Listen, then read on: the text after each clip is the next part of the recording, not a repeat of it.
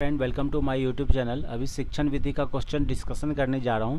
अगर आप और भी वीडियो देखना चाहते हैं तो आप मेरे यूट्यूब चैनल में जाके प्लेलिस्ट में जाके वहां पे देख सकते हैं। वहां पे सब्जेक्ट वाइज हर एक सब्जेक्ट का अलग अलग वीडियो दिया हुआ है। क्वेश्चन पे चलते हैं। क्वेश्चन है, शिक्षण के दौरान आप छात्रों से कैसे सवाल पूछेंगे। एक टीचर को छात्रों से कैसे सवाल पूछना चाहिए। ऑप्शन है, पहले पढ़ाए गए पाठ से संबंधित, जो आप पढ़ा चुके हैं उससे संबंधित क्वेश्चन पूछना चाहिए तो सही है। बी ऑप्शन है, उस पाठ से संबंधित जो उस समय पढ़ाया जा रहा है, जो अभी आप पढ़ा रहे हैं उससे संबंधित, ये भी सही है। सी ऑप्शन है, बालक के पूर्ण ज्ञान से संबंधित, तो ये भी सही है। तो आंसर हो जाएगा उपरोक्त सभी। अगला क्वेश्चन है, शिक्षक को कथनी और करनी में भेद नहीं होना चाहिए। यह कथन स्टेटमेंट किसका है। रविंद्रनाथ टैगोर, महात्मा गांधी, जाकिर हुसैन, मदन मोहन मालवीय। तो यह स्टेटमेंट जो है महात्मा गांधी ने दिया था। अगला क्वेश्चन है, कक्षा नायक को चयन करते समय अध्यापक को किस बात का ध्यान रखना चाहिए। ऑप्शन है, छात्र की बौद्धिक क्षमता को, छात्र की अनुशासन के प्रति निष्ठा को, अन्य छात्रों की पसंद को, छात्र की शैक्षिक उपलब्धि को। तो इस टीचर को जो है सो सबसे ज़्यादा इम्पोर्टेंट इस बात पे फोकस करना चाहिए कि छात्रों में जो है सो जो जिसको आप चुन रहे हैं मॉनिटर के रूप में, उसमें जो है सो अनुशासन के प्रति निष्ठा हो। सबसे इम्पोर्टेंट होना चाहिए मॉनिटर में कि छात्र जो है अनुशासन के प्रति निष्ठा हो। आंसर हो जाएगा बी ऑप्शन। नेक्स्ट क्वेश्चन है, छात्रों में वैज्ञानिक दृष्टिकोण उत्पन्न किया जा सकता है। साइंटिफिक दृष्टिकोण कैसे उत्पन्न छात्रों में किया जा सकता है। ऑप्शन दिया है, विज्ञान की शिक्षा के द्वारा। बी ऑप्शन है, तर्क संगत विचारों के प्रस्तुतिकरण द्वारा। सी ऑप्शन है, दर्शन एवं मनोविज्ञान की शिक्षा द्वारा। तो मनोविज्ञान की शिक्षा से जो है सो स्टूडेंट में व्यवहारिक जो है सो डेवलप किया जा सकता है, व्यवहारिक शिक्षा। लेकिन वैज्ञानिक दृष्टिकोण डेवलप करने के लिए उसमें लॉजिकल थिंकिंग, जब तक उस सोचने का अवसर दिया जाएगा तब उसके अंदर जो है वैज्ञानिक दृष्टिकोण उत्पन्न होगा। तो आंसर क्या हो जाएगा, तर्क संगत विचारों के प्रस्तुतिकरण द्वारा। तर्क संगत विचारों के प्रस्तुतिकरण द्वारा। अगला क्वेश्चन है, अध्यापक को निम्न में से किसे महत्व देना चाहिए। टीचर को जो है सो सबसे ज़्यादा इम्पोर्टेंट महत्व जो है किस पे देना चाहिए। ये ऑप्शन है, प्रधानाचार्य से अच्छे संबंध बनाना। बी ऑप्शन है, कक्षा में समर्पण भाव से शिक्षण करना। तो एक टीचर को जो है सो कक्षा में समर्पण भाव से शिक्षण करना, ये सबसे ज़्यादा महत्व इस पे देना चाहिए। तो इसका सबसे सही आंसर जो हो जाएगा बी ऑप्शन हो जाएगा। अगला क्वेश्चन है, यदि किसी कक्षा में अधिकांश छात्र प्रायः ऊँघते हुए पाए जाते हैं तो इसका क्या कारण हो सकता है। ऑप्शन दिया है, छात्रों में कोई कमी हो सकती है, स्टूडेंट में हो सकता है कि कुछ कमी हो, या फिर टीचर में कुछ कमी हो सकता है कि उसका मेथड पढ़ाने का तरीका सही नहीं है, एनवायरनमेंट सही नहीं है। बहुत सारे कारण हो सकते हैं, स्टूडेंट समझ नहीं पा रहे हैं। तो बी ऑप्शन जो दिया है, कक्षा में भौतिक वातावरण में कोई कमी हो सकता है, सही है। शिक्षण में कोई कमी हो सकता है, तो कुछ भी हो सकता है ये सारे ऑप्शन में। तो आंसर क्या हो जाएगा, डी ऑप्शन, ये सभी। अगला क्वेश्चन है, अच्छा शिक्षण प्रकार है। ए ऑप्शन है, प्रधानाचार्य के अच्छे नेतृत्व का। बी ऑप्शन है, शिक्षण व्यवसाय के प्रति ईमानदारी और निष्ठा का। तो एक टीचर जो है शिक्षण जो है सो अच्छा कब कर सकता है, जब वो अपने काम के प्रति जो है शिक्षण के प्रति ईमानदार और डेडिकेटेड हो, हॉनेस्ट और डेडिकेटेड हो पढ़ाई शिक्षण के प्रति। आंसर हो जाएगा बी ऑप्शन, शिक्षण व्यवसाय के प्रति ईमानदारी और निष्ठा का।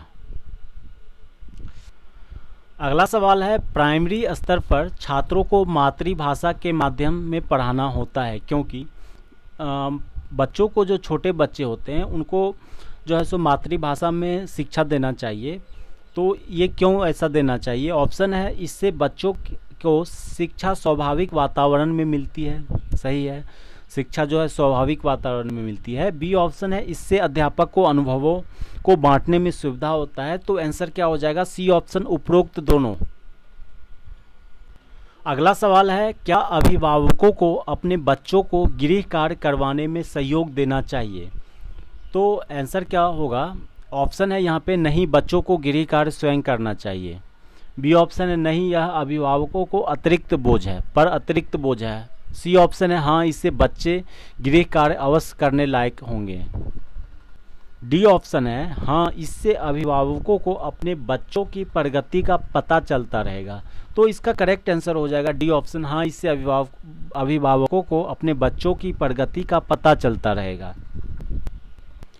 नेक्स्ट क्वेश्चन है, क्या अध्यापकों के लिए कोई आचार संहिता होना चाहिए? आचार संहिता का मीनिंग होता है कि रूल, रेगुलेशन, रिस्पॉन्सिबिलिटी। तो आंसर क्या हो जाएगा इसका? बी ऑप्शन हो जाएगा हाँ, क्योंकि इससे उसकी जवाबदेही बढ़ेगी, टीचर का जो है इससे जवाबदेही बढ़ेगी। तो इसका करेक्ट आंसर हो जाएगा बी ऑप्शन। नेक्स्ट क्वेश्चन है, निम्न में से कौन सा कथन सत्य नहीं है, कौन सा स्टेटमेंट जो है वो गलत है? ए ऑप्शन है शिक्षण एक कला है, तो सही है। बी ऑप्शन है शिक्षक जन्मजात होते हैं, तो जन्मजात नहीं होते हैं, गलत है बी ऑप्शन। सी ऑप्शन है शिक्षकों को प्रशिक्षित किया जा सकता है, तो शिक्षक को जो है प्रशिक्षित किया जा सकता है, आंसर हो जाएगा गलत पूछ रहा है, शिक्षक जन्मजात होते हैं।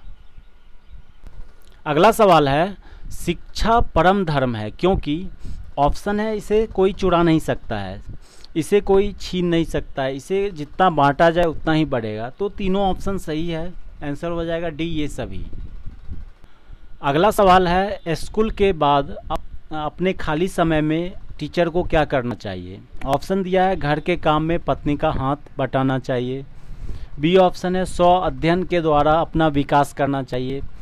सी ऑप्शन है दोस्तों के साथ मौज मस्ती करना चाहिए। डी ऑप्शन है ट्यूशन के द्वारा अपनी आय तथा ज्ञान को बढ़ाना चाहिए। तो एक टीचर को जो है सो हमेशा जो है सो स्टडी करना चाहिए, नए नए बुक पढ़ना चाहिए, जिससे जो है सो वो अपना अध्ययन में जो है सो डेवलप कर सके।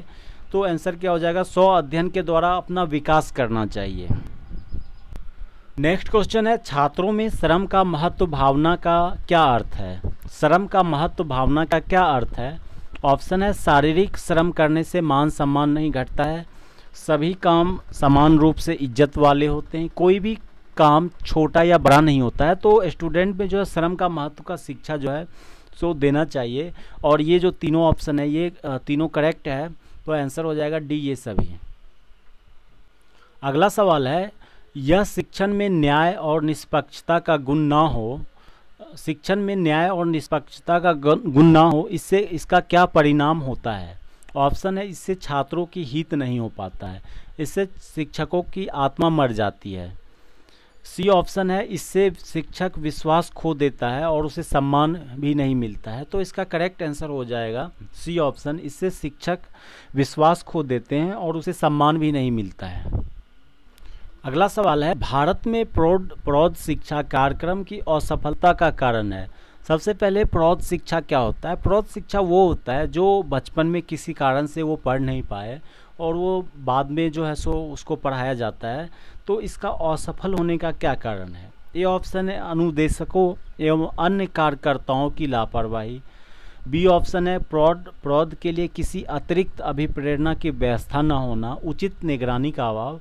तो भारत में जो है सो प्रौढ़ शिक्षा कार्यक्रम उतना सफल नहीं हो पाया और इसका जो मेन रीज़न है ये जो ऑप्शन तीनों दिया है ये सारे हैं। तो आंसर हो जाएगा डी ये सभी। अगला सवाल है, स्कूल में नैतिक शिक्षा दिए जाने के संबंध में आपका क्या विचार है? नैतिक शिक्षा मॉरल एजुकेशन देने का संबंध में आपका क्या विचार है? तो ए ऑप्शन है स्कूल में नैतिक शिक्षा अवश्य दी जानी चाहिए। बी ऑप्शन है इस प्रकार की शिक्षा को अध्यापक को अपने व्यवहार द्वारा देना चाहिए, इस शिक्षा को स्कूलों में देने की कोई आवश्यकता नहीं है। डी ऑप्शन है ये सभी। तो स्कूल में जो है सो नैतिक शिक्षा मॉरल एजुकेशन अवश्य दी जानी चाहिए, क्योंकि इससे जो है सो स्टूडेंट में जो है सो नैतिक ज्ञान आता है। तो ये बहुत ही इम्पोर्टेंट है और आजकल गवर्नमेंट जो है इस पर बहुत ही ज़्यादा फोकस कर रहा है मॉरल एजुकेशन पे। आंसर हो जाएगा ए ऑप्शन।